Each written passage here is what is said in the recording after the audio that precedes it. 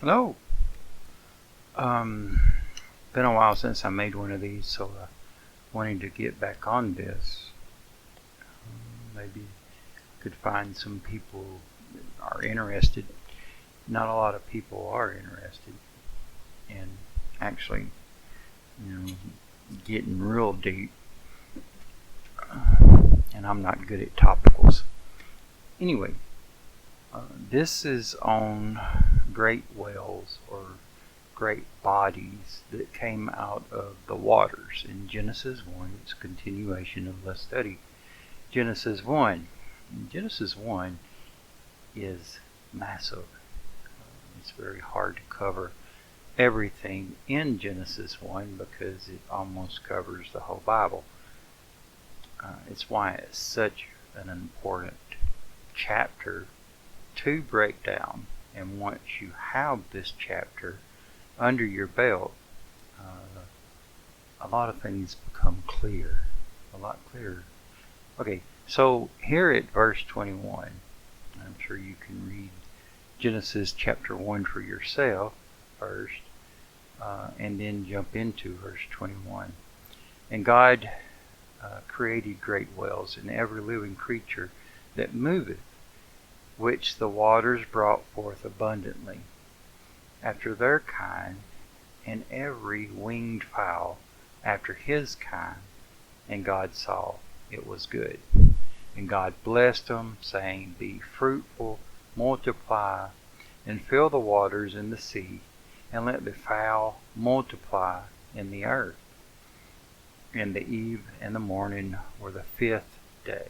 Right? So we'll have the fifth day of God creating his plan or universe in to me, a 24-hour physical fifth day. Alright, so we know that, the beast or the whales of the water represent the very whales of the water. But it also represents a spiritual body, as you'll see when we get into the beast of the earth. Daniel 7 will show beast and how they are kingdoms, right? Well, the whales represent more like a spiritual kingdom. They are correlated with the beast. The two, right, are created. The waters first, and then the earth. If you'll go back up to like verse 2 there, or 3 or 4, you'll see the waters were divided, right? And then you saw the earth come forth, then the earth. And it's no different here. You'll see the beasts of the earth are coming next. The first thing that was created was the great whales, right? Great whales and the birds, right? And the fish would go with this, right? And I don't have a link or an understanding as to why Jesus ate fish to this concept. Someone may have. I'm not there yet. Alright, so let's go and look at Jonah, right? Jonah and the great big whale, right? So we have Jonah represented here as thrown into the sea, and the Lord had prepared a great fish to swallow up Jonah, right? So this was a physical event that to me did happen, no question about it. God had prepared this fish just as he had prepared the great whale, a spiritual beast or system kingdom, however you want to put it, to swallow up Christ, right? And Jonah was in the belly of the fish 3 days and 3 nights, right? And we know that Christ said the only sign that you're going to receive, right, is the Son of Man in the 3 days in the middle of the earth, right? And so, Jonah 2, you'll see where Jonah is praying and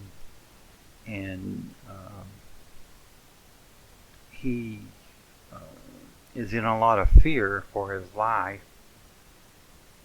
He ends up with a voice of thanksgiving, and I will pay that I have vowed. Salvation is of the Lord, right? And it reminds me of Christ on the cross, who said, forgive them, for they do not know what they do, right? And you'll see in verse 10 that the Lord spake unto the fish, right? So he spoke to this great whale, and it vomited out Jonah upon the land, right?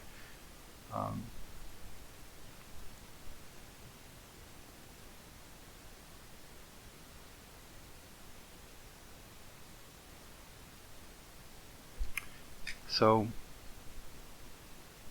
we see this is Jesus, and he's talking to the Pharisees and the Sadducees and the Jews, right? Because this is 38, a certain of the scribes and of the Pharisees answered, Master, saying, Master, we would see a sign from thee. And they always wanted to see a sign, and they would not believe until they saw a sign. You can see Paul. They expected a sign, or it wasn't true. They wasn't going to believe anything, and they resisted the Holy Spirit that resided within them, right? And he answered them, and he said unto them, an evil and adulterous generation seek after a sign. And that should speak to some people. And there shall no sign be given to it, but the sign of the prophet Jonas. For as Jonas was 3 days and 3 nights in the well of the bellies, so shall the Son of Man be 3 days and 3 nights in the heart of the earth. Right? And we know that he was raised to everlasting life. Right? And 41 gets into the judgment. I just highlighted it, right? Of this great whale and this great beast or spiritual beast, and what was going to happen to this whale. And so, yeah, I just found it interesting. So, this wasn't very long. I really got another project that I really want to get into, and so it's going to be a little short, maybe more interesting that way. But God bless you, whoever does actually watch this, and I hope it helps.